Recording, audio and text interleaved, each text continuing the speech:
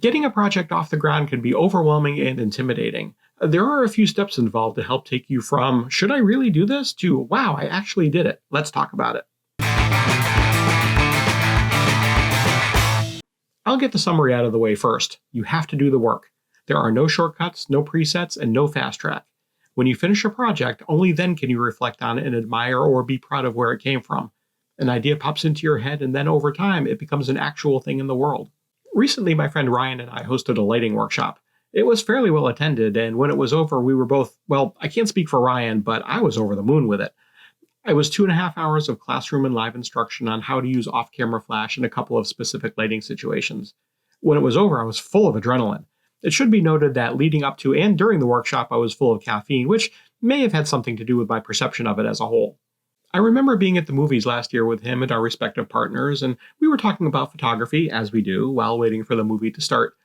The subject was some challenging lighting that, because of our experience, we don't find as difficult now as when we did when we were both more green.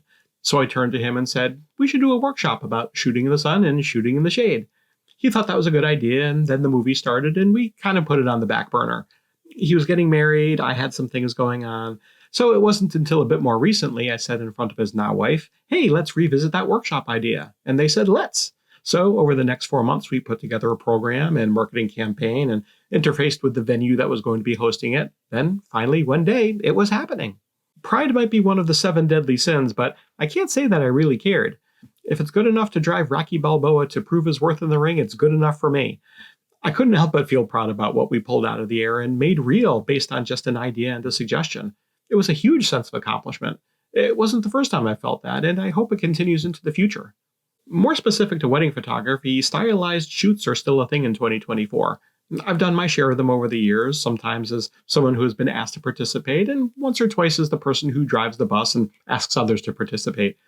If there's a venue I want to work with, or other vendors I want to collaborate with, or just some specific photographs I want to create, that idea becomes the project and becomes something you can then show the world. I photographed events at a local art gallery and met a number of artists and authors there. Their careers are based on making their own ideas tangible. I remember seeing the beginnings of some of these ideas in their earliest forms. Then they became books, and then they became TV shows or movies. There's no magic to it. It's talent combined with skill, combined with, and in my opinion, the most important ingredients, hard work and perseverance. For myself, I find I have to carve out time in order to put the creativity down on paper, or on pixels, or on film, or on video. The idea of waiting for a creative spark to strike was something I had to leave behind. As someone who makes their living from photography, when it's time to go to work, you have to call upon that skill set. There's no waiting for inspiration when a client is paying you for your time. You have to show up and do the work. Your career shouldn't include binge watching as a reason for a project not being finished or even getting off the ground. It's easy to say, do this and you'll accomplish your dreams, but that's a platitude. I know firsthand it can be overwhelming, especially when you have a blank page in front of you, either metaphorically or literally. The idea of it is daunting. There are so many distractions in front of you, or a bit of pessimism coming from over here, or some fatalism coming from over here. A buddy of mine, Mike Connolly, who operates a local marketing agency and hosts educational and networking events called Marketing and Cupcakes, has a saying, create dope stuff and stay sucker free, which encapsulates that idea perfectly. I like that idea so much, I bought the t-shirt. If you'd like to learn more about that group, I'll leave a link in the notes below. There are only so many hours in the day, so if you have a vision and want or need to make something out of nothing, some amount of time that you would otherwise spend has to be surrendered to your end goal. I'll catch up on the shows and movies everyone else is talking about eventually. And let's not even discuss vacuuming or the laundry.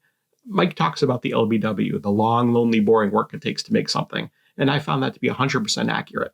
How do other people do it? I don't know. I can really only speak for myself. There probably exists somewhere footage of directors or authors or artists detailing their creative processes and how they find or create the time in which to do the thing for which they then became known. At a long ago photography conference, I got a mug in the swag bag, and on it was a quote by painter Chuck Close. It says, "The advice I like to give is not to wait around for inspiration. Inspiration is for amateurs. The rest of us just show up and get to work." Weddings are usually scheduled pretty far in advance, so you know the day you're going to be called upon to be creative.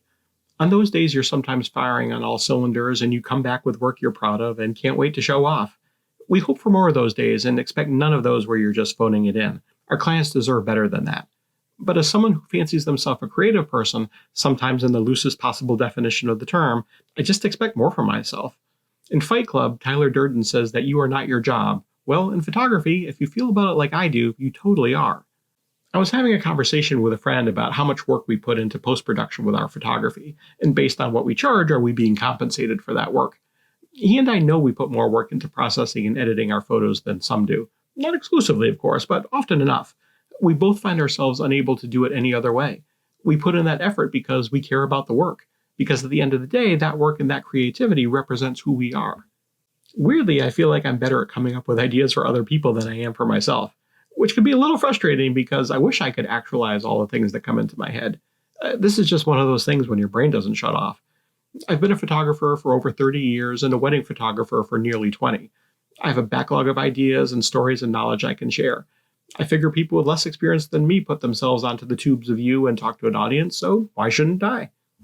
I've had the idea for this channel for years, but it wasn't until the last year or so I started doing my research and development on it in earnest. I checked out the usual suspects of creators who share advice on how to create content on YouTube. If you do this yourself, I'm sure there's a Venn diagram of our inspirations that overlaps quite a bit. But there are also more esoteric inspirations. There's an attorney that makes really entertaining content who started doing well in the short period of time she's been making videos, and then started posting about how she started her YouTube channel. There's also a guy who lives in my town who started a channel about hunting for comic books with his kid that I enjoy. If you look around, I'm confident you'll find someone in your own backyard who is grinding away doing their own thing, whatever that thing might be. So let's raise our mugs with inspirational sayings to those who paved the way and share what they know with the rest of us. Because we were all beginners at one point, and because all of us started whatever it is we do with just an idea and work to make it real. Thank you for watching. If you like this video, please like and subscribe. That really does help with the YouTube algorithm. What are your thoughts about bringing ideas to life? Feel free to talk about it in the comments below. If you'd like to see more videos like this one with more stories, check out this other one I made for you. This is Ask a Wedding Photographer. I'm Seth Kaye, and I'm here to help.